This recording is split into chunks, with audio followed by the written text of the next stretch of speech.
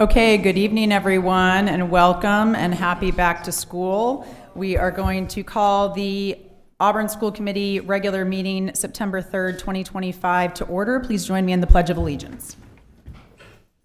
I pledge allegiance to the flag of the United States of America and to the republic for which it stands, one nation, under God, indivisible, with liberty and justice for all. I'll start down here on my right with introductions. Corin McWiggin, Ward 1. Pam Hart, Ward 2. Pamela Albert at large. Sue Doris, Superintendent. Pat Gaudier, Ward 3. Jay Rich at large. Adam Platt, City Council Representative. Calvin Vincent, Student Representative. Amanda Kuchar, Business Manager. Scott Anier, Assistant Superintendent. And Dan and Quinn were not able to be here tonight. So I will start with the approval of tonight's consent agenda, which includes the approval of tonight's agenda, the approval of the minutes of the August 20th, 2025 meeting, as well as the certified contract of Brandon Leisure. Do I have a motion? So moved. Adam, second. Corin. All those in favor? Consent agenda is approved. Do I have anyone here for public participation tonight?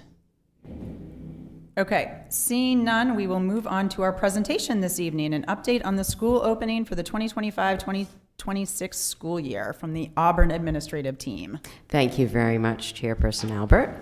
We've had a very successful start to the school year.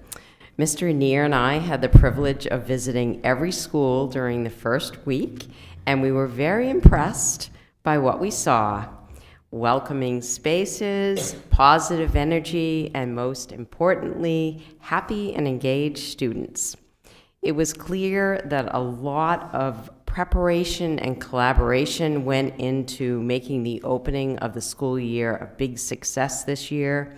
I want to thank all of our school and city staff for their hard work and dedication, which set the tone for a strong and positive beginning to the year.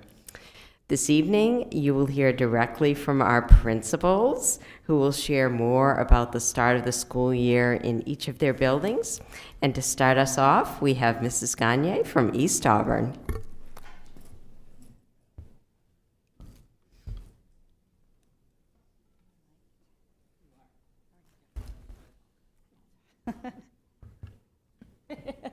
Hi, everyone. Welcome back yourselves. It's nice to see us all back together again as we start a new year. I want to let you know that we have started a beautiful year off at East Auburn School. That started with 2 very successful workshop days to begin the year. And at East Auburn, we welcomed 7 new staff members, which is quite an accomplishment considering the size of our school. That new staff includes 2 long-term substitutes, 2 classroom teachers, and 3 new specialists, and each one of them has brought their own personal energy and charisma to our school staff, so we are very excited to welcome them. We also had a very successful open house right before school started, the night before, where we welcomed 89% of our population. They were there in droves to come see the school, which was beautifully prepared by our wonderful custodian, Mr. Patrick, and the city workers, so thank you to all of them. We do have many new families also that are joining us at East Auburn. It was wonderful to welcome them as well. The school day, the following day, started off beautifully. We are in great shape. Classroom teachers were ready to roll. The kids came back with a new sense of enthusiasm, and yet a sense of calm as well, and that's what we've been experiencing for the last 5 days, this really nice heightened enthusiasm, but yet this like familiar calm. I think we have some nice structures in place, and it feels like we're just ready for a great school year. Thank you very much. Yeah. Next, we welcome Mrs. Bodette from Fairview.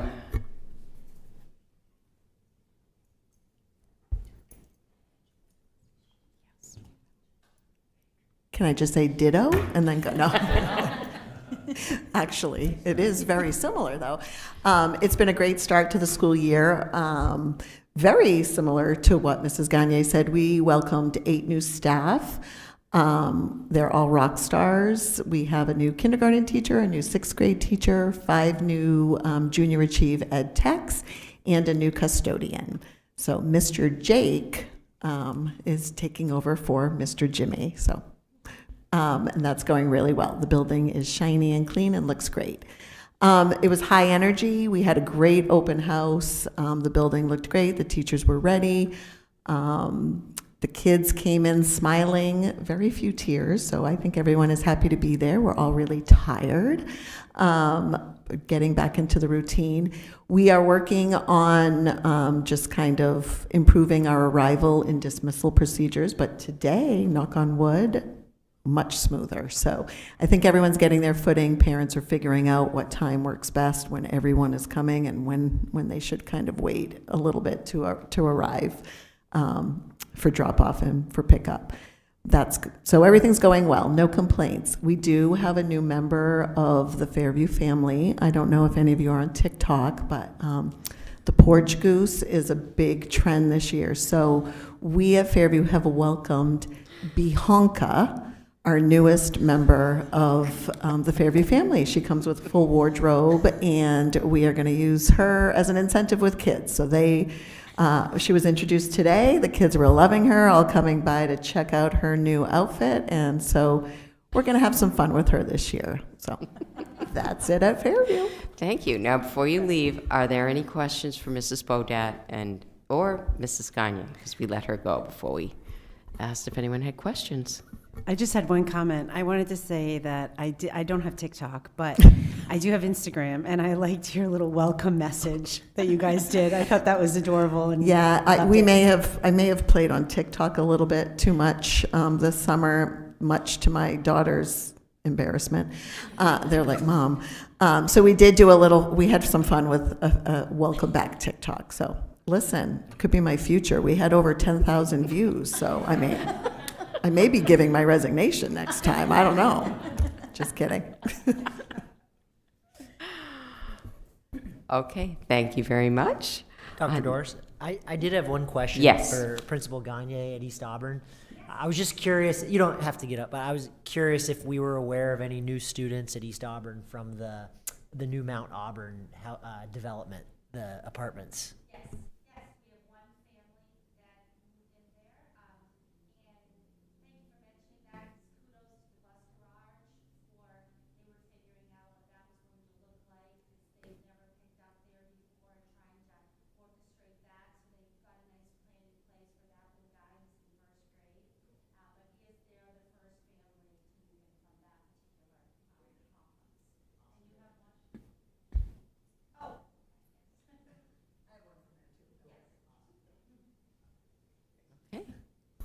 Thank you. And now we'll hear from Mrs. Maris at Park Avenue.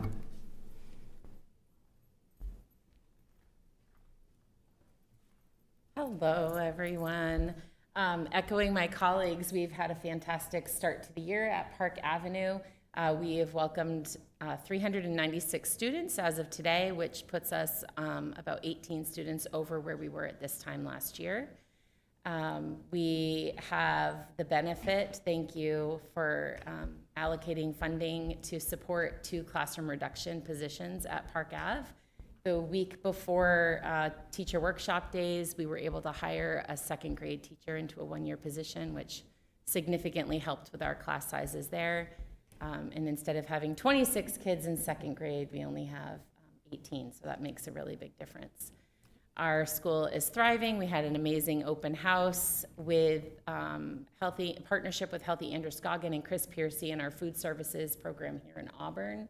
We actually had a farmer's market at our open house that they put together through some grant funding, and our families were all able to come. Every one of our students was able to get a SNAP Ed bag and with materials in it, and then go around and shop the vendors, and they were able to take things from each vendors and use coupons to purchase items from Bantu Farm Fields and Blackie's and the local Good Grains, and our very own kitchen staff worked with Chris Piercy to put together a kale salad, so there were tasting samples out there, and it really added an amazing element to our open house. And although the funding for that program has ended due to cuts that are happening, we are starting to think think creatively with Miss Emily about how maybe we can get another grant to be able to continue it forward, because it was really an amazing addition to our open house vibe that night.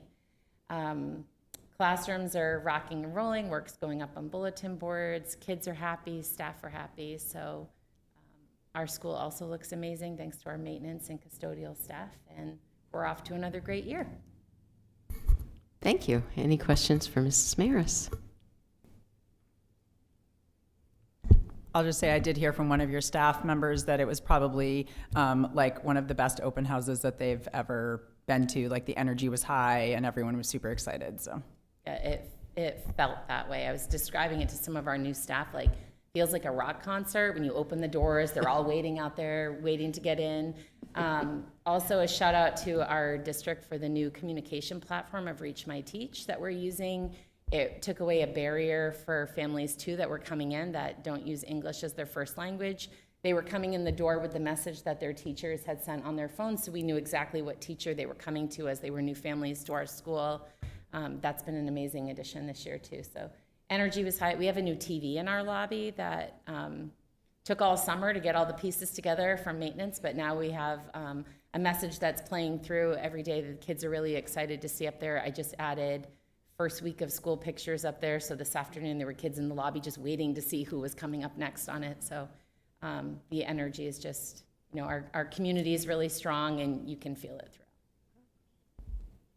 I have one question. What is that communication initiative that you just mentioned, Reach My Teach. Sorry Reach for My jumping Teach? the gun on that, Dr. Doris. Oh, Reach no. My Teach is our new district-wide communication platform that we're using. Is that just for Park Ave, since you No, are the... district-wide. So it's district-wide. From a message from Dr. Doris Perfect. all the way down to a pre-K teacher reaching out to one family or the whole class. It's all one platform in all buildings. Wonderful, thank you. Thank you. And now we'll have Mr. Davis come up from Sherwood Heights.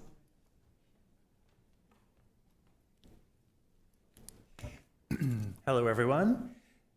Like my colleagues, we're off to a really great start at Sherwood Heights this year. We had a fantastic open house with great parent participation. Our parent group, the Friends of Sherwood Heights, they were also on hand to do some greeting and introductions. So it was really nice to see the students and families back in the walls of the school. Our enrollment is actually up a little bit from where we were last year, which is great news for Sherwood Heights. Today when I left, we were at 300 flat. And our biggest bubble this year seems to be in kindergarten, where our kindergarten classes are at 20 each, which is kind of our cap. So that is unlike last year where we were in the 14, 15. So we've had some increase in kindergarten. We also welcomed a new program to Sherwood Heights with the help of Laura Shaw and her collaboration with CDS, Child Development Services. We have taken on a program for 3 to 5 year olds that's called the Little Explorers, and so they've begun, and they operate much like pre-K with a morning and an afternoon session. So it's been a really great, we've had really a great time having them in the building. To see the little 3-year-olds come in, they're so little, they're babies, but they're fantastic, and the staff there have fit right in, which is really great. We had a great success hiring 2 classroom teachers, a 3rd grade and a 6th grade classroom teacher this year, which was amazing. And for the first time that I can remember, we're fully staffed in all of our tutors and ed techs at our school. Like, I do not remember a year when we started the year fully staffed in that, which is really great. So super excited to have all of our new hires on. We did have to borrow a special ed teacher. Thank you, Walton School. So a shout out to Sheree Larson, who's helping us with our resource vacancy. And also a shout out to Jen Corey, who's filling our self-contained behavior program vacancy. So people are kind of sacrificing other roles to support us, but that has allowed us to start off on the right foot, and we're looking forward to a successful year. Thank you, Mr. Davis. Any questions? I have one question, sorry. You said that Sherwood Heights is fully staffed. Are all the other schools as well fully staffed with what you need? All of our teaching positions right now are covered, either with long-term subs or where we've moved staff into those positions. with one exception. We were not able to find an MLL teacher for Sherwood Heights. Yes, and I forgot, that was on my list I was going to mention. We weren't able to fill that. However, we've got a good plan in place with Park Avenue. As new families move in, students who require a little more direct service will continue to go to Park Ave, and we will, take those who may require a little bit less.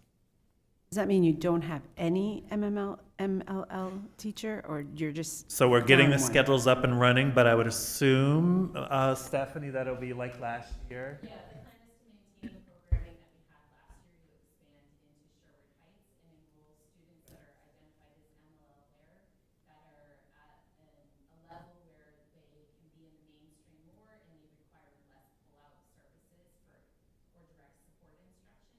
So we're able to staff that by having a Park Ave MLL teacher go over to the building once a week to deliver that instruction. So they're still able to have their support, have their access testing and all of that, but they're at a level close to being able to exit from MLL services, so we're able to support them in a different way than, say, a newcomer who has little to no English. We need them to have more support, so they come to Park Avenue. So we just partner with Principal Davis on looking at our enrollments and what the needs are of identified MLL students. Is the 3 to 5-year-old program part of the work that Laura's been doing with the pilot program? Yes, that is the pilot. Yep, that is the pilot. Yep. All right, thank you very much. You're welcome. Next, we'll have Mrs. Heimerl come forward and talk to us about the start of the school year at Walton. Well, thank you everyone for having us here tonight. Again, I'm going to echo that it has been a very smooth start to this school year.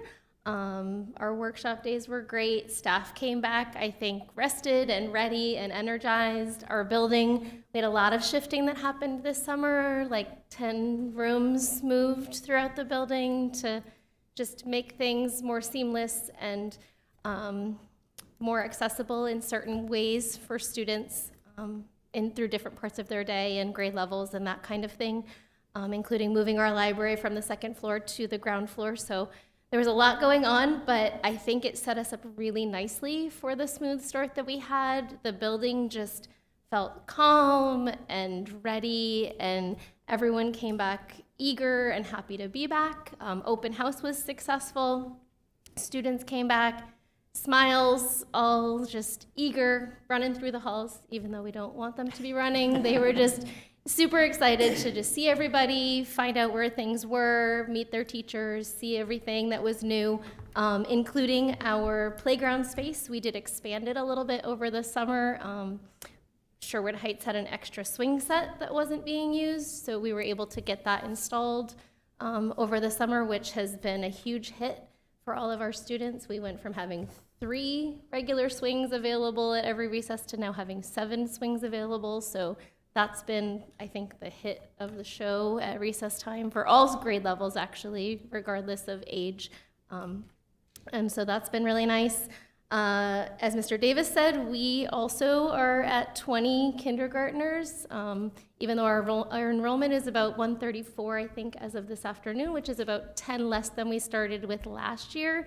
But our kindergarten number is definitely high.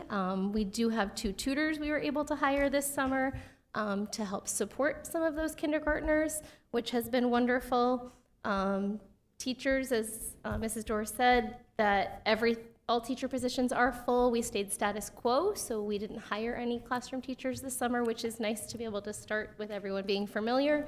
We are down 1 ed tech position currently, but potential prospects in the wings, so we'll see how that goes this week. But it's just been a really amazing beginning to what I hope will be my second wonderful year at Walton. So there's that. Thank you. Any questions? Is the tutor a professional staff or ed tech? So Laura might be able to help me out with this too. So tutors, so there are 2 special ed tutors. They don't follow a teacher contract. They are hourly staff. So they're not quite even the same as an ed tech, really. But Laura, anything about tutors?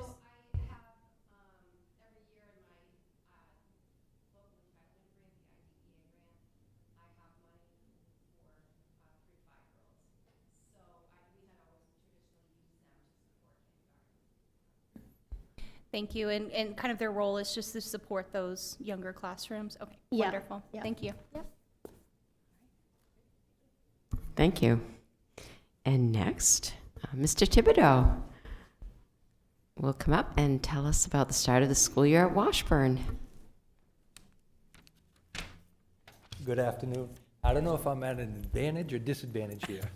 Going last, I think one of my advantages is being new and being able to put fresh eyes on Washburn, and it has been a wonderful opening to the school year. From the get-go with our professional development, teachers are really excited and energized to get back. We focused on the second day of concentrating, talking about what our why was. Why do we do this? And so, moving on motivation-wise and continuing with that theme throughout the year to revisit that, because it's really important to ground. Open house, again, was fantastic. We had about 75% of population come in, and I was able to meet and greet and talk to a lot of new kids and a lot of new parents. And it was fun having those conversations. Enrollment, currently we're at 213. Last year we started off at 225. So we're down a little bit, but what I've been told by staff is will grow in the next few weeks. So this summer, one of my first things I worked on with Sue was dividing the second grade class for numbers, and so right now we've staffed that with a staff member, and tomorrow we are interviewing for that position. So that should be filled, I'm hoping, by the end of the week. Meeting with PTO September 11th, and building on a really successful last year on community engagement. So we're planning more events and getting those parents and kids into the school off hours and just making it a welcoming place for them, which it is. And it's, I guess, the big aha for me is how much the staff, the kids, the community just love Washburn and want to be there. So that's more than half the battle. Other thing that I started this year with our sixth graders and want to put them into more of a leadership role. So they've started doing morning announcements for us. And I have the script prepared for them now, and I'm going to hand that off to them as we go. But really want them to step into that role model position at the school for the younger kids. And I have other activities and jobs planned for them. So overall, it's been a really smooth start to the school year, and I'm really happy to be here. I landed in a great place. Thank you. Any questions? I don't have a question, but I have a comment. I really appreciate your initiative of asking the sixth graders to step up into a leadership role. I think it's really important for kids to see their peers in that kind of role. So I commend you for doing that. I think it's great. Thank you. And I guess the realization, and it flows all the way up through, is our kids look at our high school athletes or musicians or drama, and they idolize those kids, but I don't think the older kids see themselves as that role model. So this is it's important for them, and hopefully as I go along with the year, build a lot more bridges with Ben at the middle school to help with that transition with those kids. All right. Thank you very much. You're welcome. Next, we'll hear from Mr. Wilson and the start of the school year at Auburn Middle School.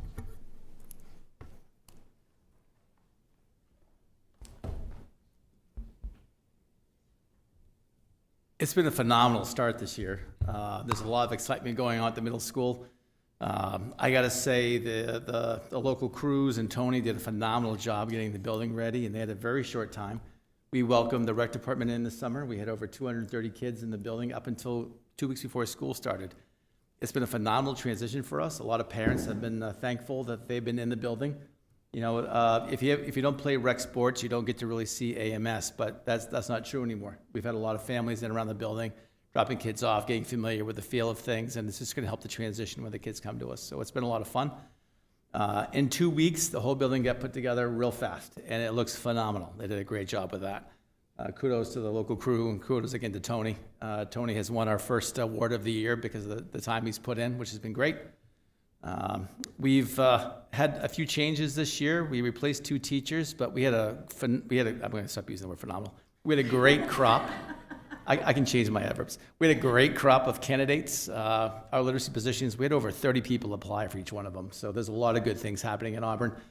People are really seeing us as an exciting place to work, which is great. We've added a couple new programs. We have band and chorus now as music classes at the middle school. So our band has increased. We have 89 students currently in our band. Not bad for a building of 500, but almost 20% is participating in the arts. We've added a pre-algebra and algebra classes for our kids, so we can actually support kids as they move forward with their achievements at the middle school, which is great. We had probably 300 some odd parents come to our open house. We did a different format this year. We copied what the high school has done. We had a 10-minute schedule, so all the parents get to spend time with the other parents that are going to be with their kids in their classes, and the feedback so far has been very, very positive on that. We'll probably try it again next year. Again, we're very thankful for all the support we got over the summer, very thankful for the crews who put all the time in for all the work. Our sporting season just started up this week. We've had a great turnout of students. You know, we have over 40 boys trying out for our 8th grade soccer team on its own. We have, minimally 30 kids per team this year. We have a lot going on, a lot of kids participating in the community, and we've had a great reaction from our staff and from our parents. So anyway, it's a great start to the year. Thank you. Any questions for Mr. Wilson? I'll just say that it's great to hear that so many kids are getting involved in the different extracurricular activities. I think that's a good sign. How is the program that we took from the Lake Street School that we kind of embedded into the middle school, how is that working out now? Yeah, we have this past year, we were able to get a really qualified social worker dedicated to that program. This year, we're fully staffed. We don't have any openings. All the ed tech positions are filled. So right now, we have a very experienced teacher working with our social worker with 4 ed techs in the program. We have it in the new facility, which has been just a wonder for us. It's been great for them to have the place to learn that they need to have to learn in. It was difficult to have them in the middle of the building. These are kids who have complications just being in school, and they now have their own facility. And so far, if you drive by or take a look in, the gardens that they planted last year are blooming. The kids were welcomed back with their hard work they put in last spring with all the growth that they've had outside. It has been a great opening, and I feel like we have it under wraps. The building as you walk through feels a lot different this year than it has in the past. Everyone's in their place, everyone has their tasks. The students have really come along with our programming this year, and I really welcome any one of you guys to come take a look at what we're doing. AMS is really happening. So, yeah. Thank you. Thank you. All right, next we will welcome Ms. McLeod and Luna to talk with, she's going to stay back. She's ready for bed. Telling us about the start of the school year at Franklin. Okay, she's good. She's like, this is couch time. This is not work time. We had a great start at Franklin. We are, over the summer, we enrolled 17 new students. And I continue to process through some referrals that have come through. That leads us to be already, which might be the first time in my 6 years, already waitlisted for our middle school program before the second week of the school year. But the other classes are going well and are robust. We did hire 2 new staff this year, including the person that you approved this evening, who has been an absolute treasure, walked into our school for the very first time the day before students arrived, and then hit the ground running that next day. So very impressed with that. Overall, again, it's always lovely to have our students return home for the school year. And it's nice, it's nice to not be the one who is just talking to their dog all summer by themselves. So she does have some main character energy happening. So she was very glad to have her kids back. Yeah. These folks know if she has to come along with me to A-team meetings, she just goes right in the middle of the room and then crashes out. So she likes to be the center of attention. All right. Thank you. Any questions for Ms. McLeod? All right. Oh. Thank you. And now Mrs. Ackley will come up and talk to us about the start of the school year at EL. Hello, everyone. Good evening. Edward Little's had a really wonderful, smooth start to the school year. It was great to first welcome back our staff. We did something new this year with a kind of a retreat day for our leadership team with some tasks, and normally we had a department head day, but we involved a few extra people to make it more of a leadership team feel, and then had a couple of days with staff to prepare for our year. They brought in great energy to the building. It was a really productive few days. We're fully staffed, welcoming 2 new MLL teachers, a new math teacher, and 2 ed techs. We are also happy this year to host 3 student teachers from Bates College, as well as a graduate student in social work who's working with Corey Jameson. So that'll be great to have. We then welcome the class of 2029 for their traditional orientation day. It's organized and run by our SLC, our Student Leadership Council members and their advisors, of which Calvin is a part of. It's an all-day event where we host the 9th graders to learn what life is like at EL. They tour the building, they receive and set up their iPads, they actually sit as a full class in our beautiful cafeteria and have lunch together for the first time at EL. And then we give them the afternoon to find and get lost and see all of their classes and meet their teachers. During that orientation day, we provide a lot of information about our school culture and school spirit. Specifically, we talk to them about Homecoming Week and Spirit Week. And Calvin was a great member of the Barbie skit for us that day. And then in the afternoon, we also host a orientation session in conjunction with the 9th grade orientation day for our transfer students, which was very well attended this year. Our guidance department runs that. They provide information about staff, classes, opportunities, athletics, clubs, and then we have student mentors that are separate from the SLC group that come in and provide those students with a tour, and they get their schedules and go through their schedule in the afternoon. Our first 4 days with students, once all the students came in, it obviously becomes a very different building as big as it is. We have 1,056 students this year, which is an increase from 1,004 at this time last fall. Thanks to Peter for getting me that number. We're still continuing to enroll students, and I would be remiss if I didn't say thank you to our guidance department, because Mrs. Mary Beth Galway and her team have been working really, really hard this summer. Throughout the summer, different guidance counselors would come in to enroll students and meet with families and provide tours, and they've been very busy the last few weeks, and they've done a fantastic job getting students set up with schedules and making them feel a part of our EL family. Staff have done a tremendous job in terms of starting classes and providing consistency for the students as we're trying to be consistent with our practices and new focus around cell phone-free classrooms, which is something that came from our PD survey last spring through multiple exit interviews with department heads and the leadership team, and we've made a concerted effort to go that route. We've seen some positive changes already in the first few days, from student connection to improved focus and engagement, good conversations around the why for this decision. We saw teacher shared a story about a student in a learning lab the first day of school, obviously no homework yet, first day, took the chessboard off this teacher's bookcase, started playing chess by himself against himself. A student who had transferred into Edward Little came over and said, "Hey, my name is so-and-so, can I play with you?" And then they started playing, and then another student came over. So that's that connection and that feel that you probably wouldn't have traditionally gotten in a learning lab with the phones in hand. So we're happy with that. We know there'll be some bumps in the road and some challenges, but we'll work through that through communication and conversation. We've adjusted our flex time to accommodate for additional instructional time this year, which came from the leadership team. Last year, we started talking about it and implemented it this fall.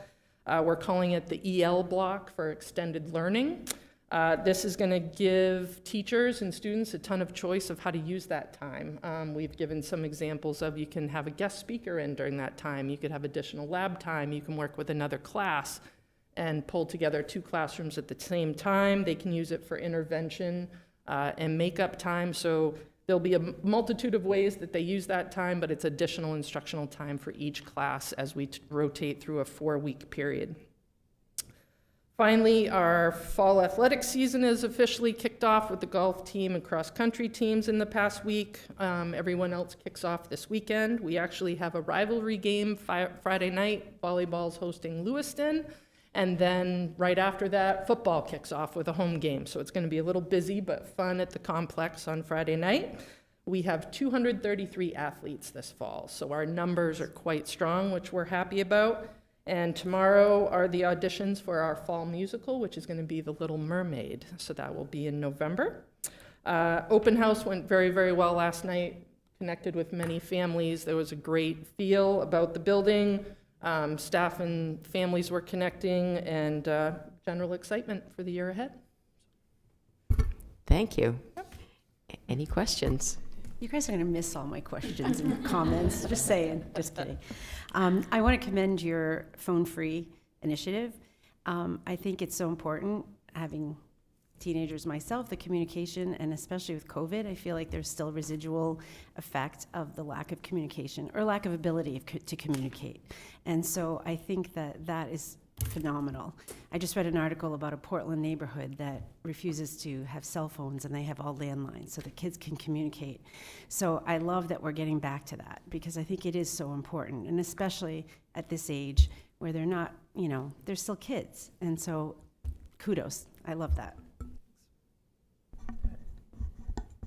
I agree with you, Pam. I did have a question how you're implementing this cell phone free classroom. Are they putting them in pouches, or they're just like up and away, and if I see them, I'm going to take it? So we have some wall caddies that are numbered, and students are assigned a number during their class. And so this morning I was in a social studies room, and all the kids made a line, and they all went up, put their phones in the caddy, and then went back to their seats. Other teachers have little baskets. One teacher created a box and had each one numbered. As the students get older, we've allowed teachers to have the autonomy to make the choice around, we need to prepare them for life after high school, so let's put it in the backpack. I just don't want to see it. Put it away in your own belonging. So it really depends on the class, the age of the student, and what the teacher has chosen for their procedure in their classroom. So we've given them some choice in that. So does this apply, like every classroom, like no cell phones, period, even if the teacher's okay with it? Okay, I like that policy because I think it's hard when it's like, I don't allow cell phones, but somebody next door might. Right. So thank you for doing that. Yeah, it's we're obviously working through that because it's a change in routine. But overall, I would say we have a very high percentage of teachers that are able to follow through with this, and because the staff the first day all agreed and it came from their feedback, then the consistency will come with that. So in the past, we've said no phones in instructional time, which was class time. So learning labs were up for debate, and homeroom. So we've said no phones bell to bell, homeroom through block 4. You can have it between periods and you can have it at lunch, but bell to bell in any classroom, no phone. Thank you. I think I'll just piggyback on that. I think from the parent perspective too, I think I appreciate that there's no phones class time, but in an emergency, in a safety issue, the phones are still in the room where they can access them and parents can, if needed. Correct. Because I think that's some of the things that we've been seeing in other school districts where they're doing the pouches or whatever. I mean, then they need a tool to unlock them. That causes a whole other set of worries and concerns, I think, from the parent side. So I think that this is a good compromise. When we worked with our leadership team, we did look at those lock boxes that you're seeing a lot in the news. And for me, one, cost was it wasn't even a choice for us because of cost and the number of that we would need. But secondly, I love the fact that if something happened and there was an emergency, the teacher can literally just take that wall mount, pull it off the hook, and it's in the corner if we're in a lockdown, and everybody can have their phone. So if there's a choice to evacuate, everybody could get that very quickly, and we've talked about that as a leadership group. This fall, we will be practicing our evacuation drills and practicing, all the safety plans, so we will put that measure in place as well. Good job, Val, as always. I'm curious about incoming students from other schools, St. Dom's, any other local or kids from away, just to see how that's impacting us. So we've had over 30 students transfer in this year. We had 31, I'd have to check with Mary Beth, but I believe we had 31 at our orientation day, which is the most we've ever had. And with homeroom every morning, they've got that one adult that they see every single day.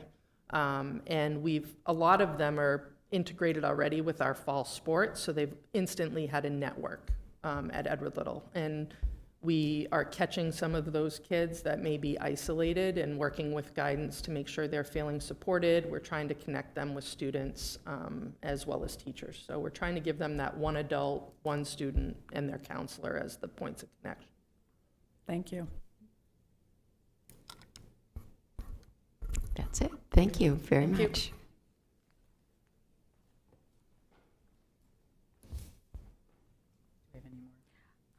That's it. That's it. Okay. Okay. Thank you all. It's always great to hear about the back to school process and everyone coming back into the buildings. Next up on our agenda is the school committee student representatives report. Calvin, do you have a report tonight? Yeah, I have a short report. Okay. I did have it mostly regarded around freshman orientation, but it's actually still that. That's all right. I was just gonna comment, from the student perspective on the phones, and I think it's been really well, integrated in all my classes. It's been followed well. Different classes have different stuff, but I think as a whole, a lot of kids, maybe first couple days, but today, I don't think really. Everyone just turned them in, and it was pretty smooth, I think, in all my classes. So I think that's positive. It's great. It's always good to get your feedback. Yeah. I just want to make one comment. I want to commend Dr. Doris and the administration for being fiscally mindful with this year's budget and finding ways to ensure that we're mostly fully staffed, which will continue our goal of meeting all of our students' needs. I think that that's wonderful. It's great to hear that we're fully staffed, and that's kudos to you guys. Kudos to you for doing such great work with the budget, especially in a season that we've had to be very, very fiscally responsible. And creative. Thank you. Okay, great. Thank you. Moving on to our superintendent's report, Dr. Doris. Thank you very much. I have 3 items on my report tonight, and the first one I will be doing, which is an update on hiring and vacancies. You all have several documents that go along with tonight's report, including our recent resignations and our list of current vacancies. As you've heard tonight, hiring this year has been very successful. We've had more applicants than in previous years, and to date, we've filled 55 positions across the district, including teachers, ed techs, tutors, substitutes, and support staff. And as of today, there remain 24 vacancies across the district, and these are in front of you. These include openings for bus aides, bus drivers, ed techs, special education teachers, and 1 MLL teacher at Sherwood Heights. And as we talked about tonight, with the exception of the MLL position, all teaching vacancies are currently covered by long-term substitutes or staff members within schools, ensuring that all of our classrooms are supported while the hiring process continues. We're continuing to monitor staffing closely, and I'll be providing you with another update probably October 1st as to where we are with these unfilled positions. Are there any questions? No. Okay. Next item under my report tonight is an update on Maine Care and special education funding, and Mrs. Shaw has prepared some information for us that she will share. Hello, everyone. Quinn had asked this question about the potential impacts of Maine Care cuts, and she's not here tonight, obviously, but I hope she's able to watch it at some point and get some information. So I've put together just some information, beginning with really what is Maine Care. So the term Maine Care is thrown around a lot. I know I talk about it in presentations, it's in the news. So Maine Care is the state of Maine's Medicaid program, and it provides free or low-cost health insurance to eligible residents based on income, age, or disability. It's funded by state and federal government.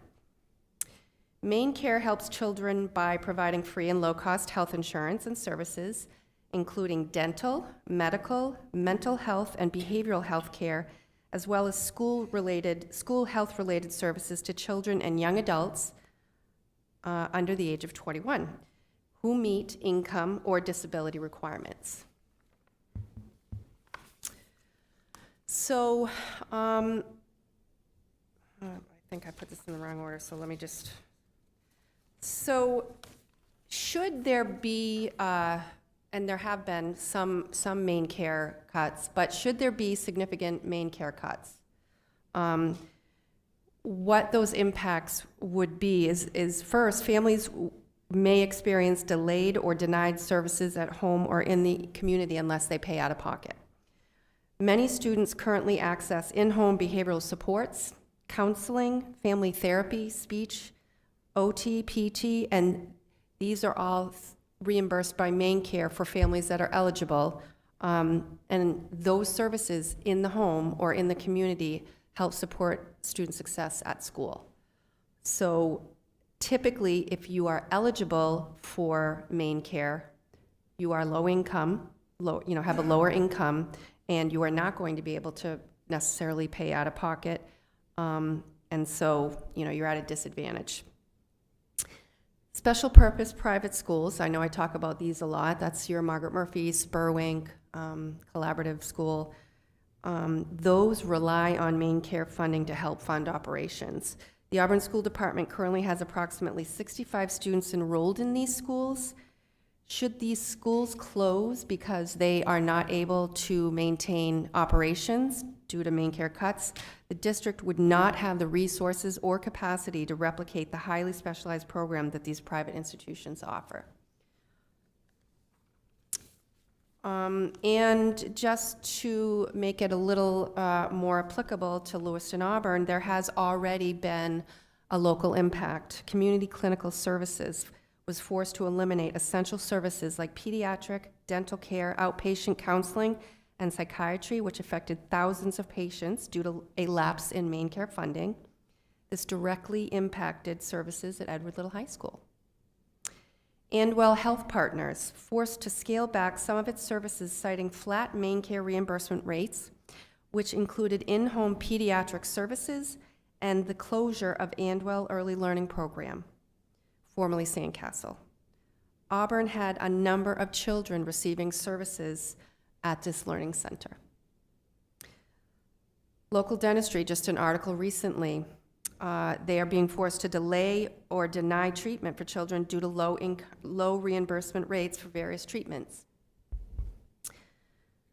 And I can tell you that a child who needs a tooth pulled is not in any state to be learning.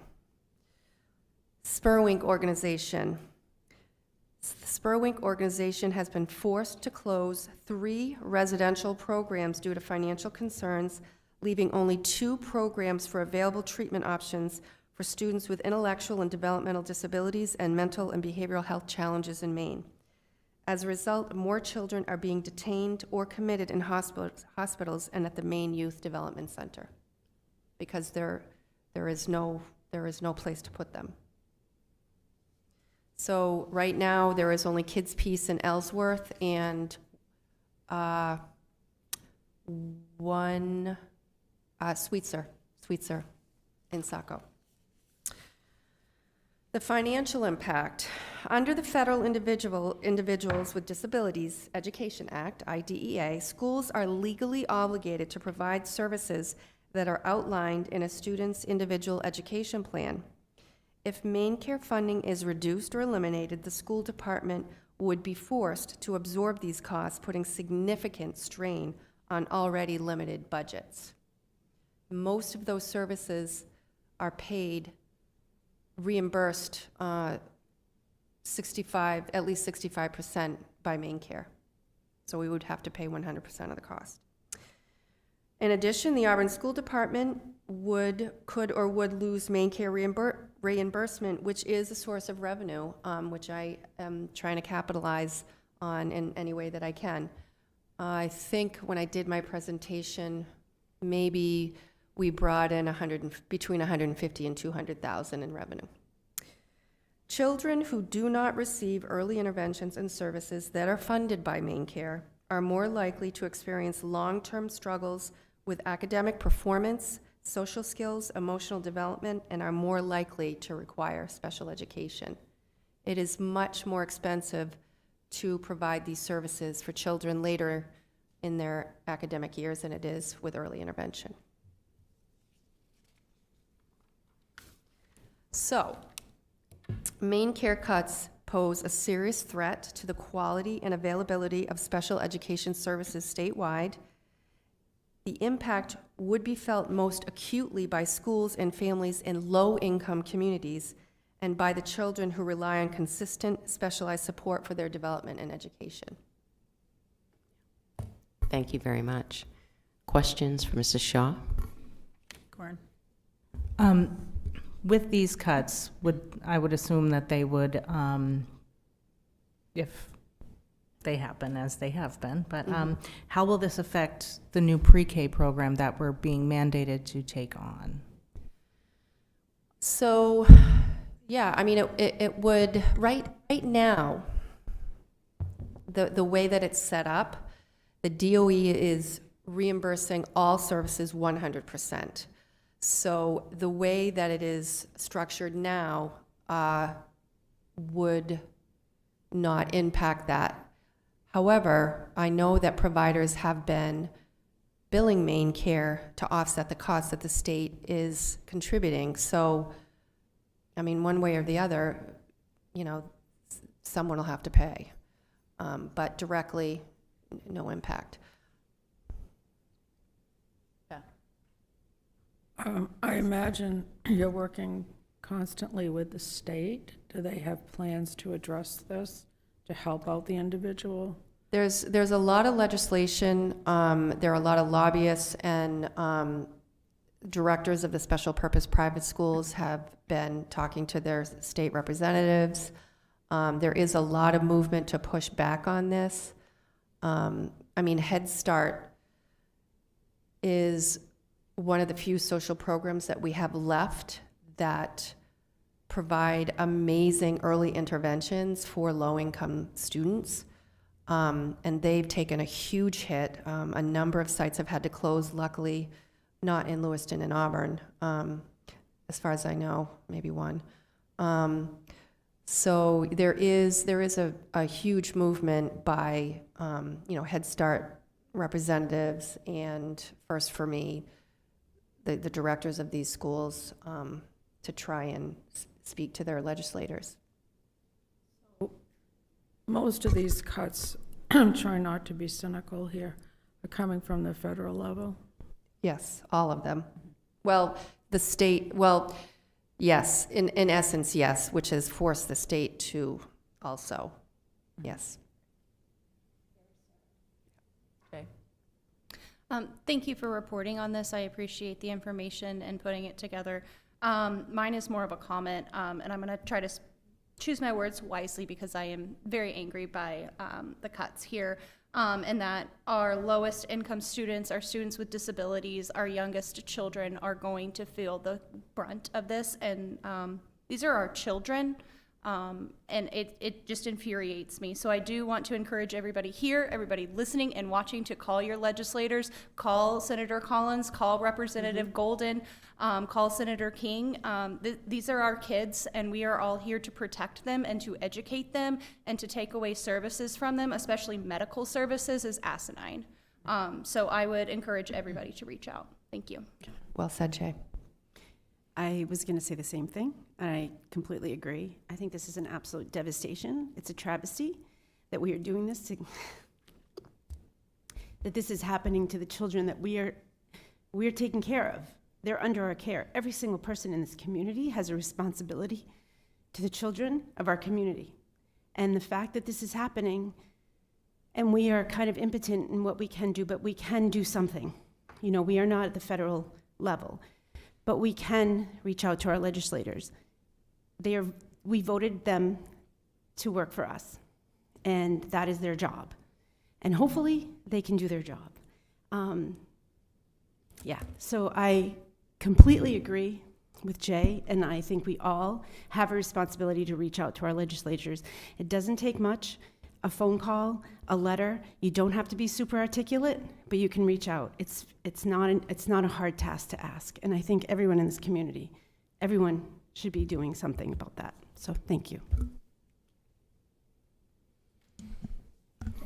Thank you very much. I have one more item on my report tonight, and that is a school safety update, and Mr. Neer will be providing that for us tonight. Yes, good evening. This is a very serious topic, but I'm going to try to give it a little enthusiasm because there's a lot of work that happens that doesn't get seen until there's a moment of need. But the work is happening all the time. And a lot took place this summer. First of all, the staff began their year with their review of their emergency procedures. They reviewed their ALICE protocols. This happened first workshop days, team meetings, and staff meetings. The beginning of the year, we have our yearly start of the school year evacuation trainings. Those typically happen in September. We will be doing building ALICE drills in October. There will be a high degree of communication going out to families with communication that is very grade level and age appropriate. And will be tailored to those grade levels. With an explanation of when it's happening. It's not going to be a mystery. It's not going to be a surprise. The whole idea is to practice, not the scenario, but practice those skills that will be needed in an event that would require implementing ALICE. And as I said, there will be lots of communication that goes with that. We did have a crossing guide training on the 21st with the Auburn Police Department. That was very important and powerful for them to be able to have an understanding of the expectations on both sides, open up lines of communication. Public Works continued their support of us by bringing in some more signage on Court Street. I hope you saw that, so big shout out to them. The slowdown signs. Scott Holland from Public Works is also pushing the state a little more to get some additional signage out at Fairview. That is in the pipeline. We just need it to get here, and so Scott's pushing that envelope really hard on them. Public Works also has some of what they call, this is their term, the dummy signs, the things that would sit in the middle of the road. So some of the crossing guides asked for some additional support there. So those were being implemented. Plus, we also got feedback from the crossing guides about having some of those traffic cones to identify the appropriate walk spaces for students. So really trying to enhance those things. I did have the opportunity to go out and check out the drop-off procedures at Fairview. My goal is to try to target as many schools as I can for drop-off and pickup. I'm trying to hit some of the hot spots. As well as another big shout out to Public Works. If you've had the opportunity to travel down Western Avenue, there's a new soon-to-be connected lighted crosswalk that goes across Western Avenue from the Edward Little entrance of Harris Street. So that's being implemented. We're just waiting on the contractor to finish that paving. But that was a project that has been a long time coming, so that's happening in place. And then some other big news is we have ASDIRT committee, for some of you in the past, Auburn School Department Emergency Response Team. So we're re-implementing that, and that puts everything under one umbrella: ALICE training, building safety, as well as one of our big tasks this year, Ben and I have been talking, Ben Wilson, of re-implementing our unification plan. Now to kind of streamline that and simplify that so that it's not so cumbersome and that we are equipped in case of being in that situation where we needed to reunify, as well as be able to debrief any drills from the building to bring it back to the district level, so we're sharing ideas of what worked and what we can improve upon. But again, the ASDIRT committee, we're going to reactivate that. We're going to hopefully have a meeting near the end of September and have ongoing meetings, selecting membership, ongoing membership for that. And really, like I said, it's the ALICE component, building level discussions, debrief any of the events, and that could be everything from crosswalks to something a little bit more significant. Also had some discussions about creating some other barriers on the backside of Edward Little. That kind of falls under that umbrella. And then, as I said, the reunification plans. We're going to really try to be sure that staff feel comfortable with that and it's not so cumbersome as what we experienced in the past. So many things that are happening. It's not as exciting as some other things, but they are just as important. Thank you. Any questions? Yes. Actually, I want to thank you for alerting parents about the drills. That was something that a few parents came to me that they were very upset throughout the years that there's drills and the children, especially elementary children, were very upset, very traumatized by it all, and that they kind of had to get in there and try to help them. So I appreciate that, and from what I've read in the data, that is imperative, that we alert parents so that they're involved and that they're able to help their children, so that they don't react in that way. I also want to say that while we are limited to what we can do to protect everyone, I am happy that we as a school system have been proactive in instilling a database initiative to empower staff and students with the ALICE program.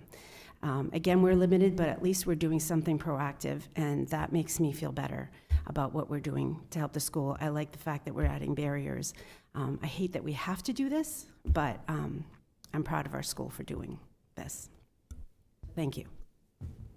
Just a minor follow-up, all with you. We're not going to be practicing a scenario. We want to be sure that we're practicing the skills. Some of that to really take away some of that stress and anxiety, because we can't really replicate every type of scenario, but what we can do is really try to reinforce those skills and those responses that come through with ALICE. All right, thank you very much. Okay, thank you, everyone. The only report I have tonight for the chairperson's report is just reminding you all that if you want to attend the MSMA annual fall conference, to please reach out to Dr. Doris or I so that we can get you registered. I know I'm planning on attending. I believe Corin's planning on attending. So, come join the fun if you would like to join us in Augusta for 2 days. Adam, do we have a city council update? No update from me today. Okay. And we have our standing committee reports linked, agenda and minutes from the policy subcommittee meeting on the 19th of August, and the curriculum subcommittee just met this evening. We do not have any old business, so moving on to new business, I'll entertain a motion to approve the Auburn School Department Student and Family Handbook. Do I have a motion? So moved. Pam, do I have a second? Second. Corin? Any questions, comments on the Student and Family Handbook? We need to update some of the contact people on there because we have an older principals. And my other question is, if anything changes with when Pam is no longer here, does this get updated in the middle of the school year? Yes, we'll do an update. Yeah, and so just a quick reminder, so we moved to having one student and family handbook for the entire district last year, moving away from having like individual school handbooks. So this is just our annual review. I believe it was reviewed this summer. There were no major changes made to it. So any other questions or comments or discussion? Okay, seeing none. All those in favor of approving the Auburn School Department Student and Family Handbook? Motion carries. I'll entertain a motion to approve AUB CHCAA Student Handbook for first reading. Do I have a motion? So moved. Pam, do I have a second? Corin? Any questions, comments, discussion on this one? This is just our policy around. Pat, do you have? It really just says that we only have, as you mentioned before, we just have one handbook for the entire school, and individual principals can put other things out there. So we need to change the language in the policy. So that's really all it does. Okay. Any other questions, discussion? Okay, seeing none, all those in favor of approving AUB CHCAA Student Handbook for first reading? Motion carries. I'll entertain a motion to approve AUB BE School Committee meetings for a first reading. Do I have a motion? So moved. Pat, do I have a second? Jay? Any questions, discussion on this policy? Pat, do you want to just give a quick summary? It just corrects the dates during February and April vacation when the third meeting falls on a vacation week. So now it's, and then also in July when there's only one meeting. So we just really corrected it within the policy itself. Yep. Just to reflect what we're actually doing. Adam? I guess my only question, without looking at like a 10-year calendar, is that true that February and April vacation week will always fall on the third week, or are we going to change this in 2 or 3 years when the calendar shifts? And This is only when it falls during the vacation week. so this is only applicable when it falls on the Yes. third week. Okay, I understand. Thank you. Any other questions, comments? Okay, all those in favor of approving AUB BE School Committee meetings for a first reading? Motion carries. I'll entertain a motion to approve AUB BBAB School Committee self-evaluation for a first reading. Do I have a motion? So moved. Pam, do I have a second? Pat? Second. So this is just the policy around our school committee self-evaluation process and procedure. We as a board decided one of our goals as a board was going to be to do a self-evaluation, but we didn't actually have the policy in place to support that yet. So this is adding the policy in place, and you'll see throughout, this is MSMA suggested guide wording, where we've updated board to be committee so that it reflects our language. Any other thoughts or questions on this? Okay, seeing none, all those in favor of approving AUB BBAB School Committee self-evaluation for a first reading? Motion carries. And then lastly, I'll entertain a motion to approve the school committee self-evaluation. Do I have a motion? Pat, second. Corin. And so this is just the actual self-evaluation tool that we intend to use. We kept it pretty simple and straightforward. When we do the self-evaluation, this will get sent out through a Google survey so that all of the responses can be collated, and that's something that we will discuss and review in a public workshop. Any other thoughts or questions on the self-evaluation This is not a tool? first or second reading. This is an actual, we're voting on this. Yep. This is, no, it's for a first reading. Yep, self-evaluation for a first, oh, no, I'm Yep. sorry. Yep. No, it's, no. It's Yep, it's motion not E. part of the policy handbook, Yeah. but it does need to be approved by the school committee. Yeah. So this is just approving it tonight, and it won't come up again for a second reading. Any other thoughts or questions? Okay, seeing none, all those in favor of approving the school committee self-evaluation? All right, motion carries. We have all of our upcoming meetings listed through October 6th, including all of our subcommittee meetings as well as regular school committee meetings. The next regular school committee meeting is September 17th at 6 p.m. Do I have any future agenda items or requests for information? Yes, Jay.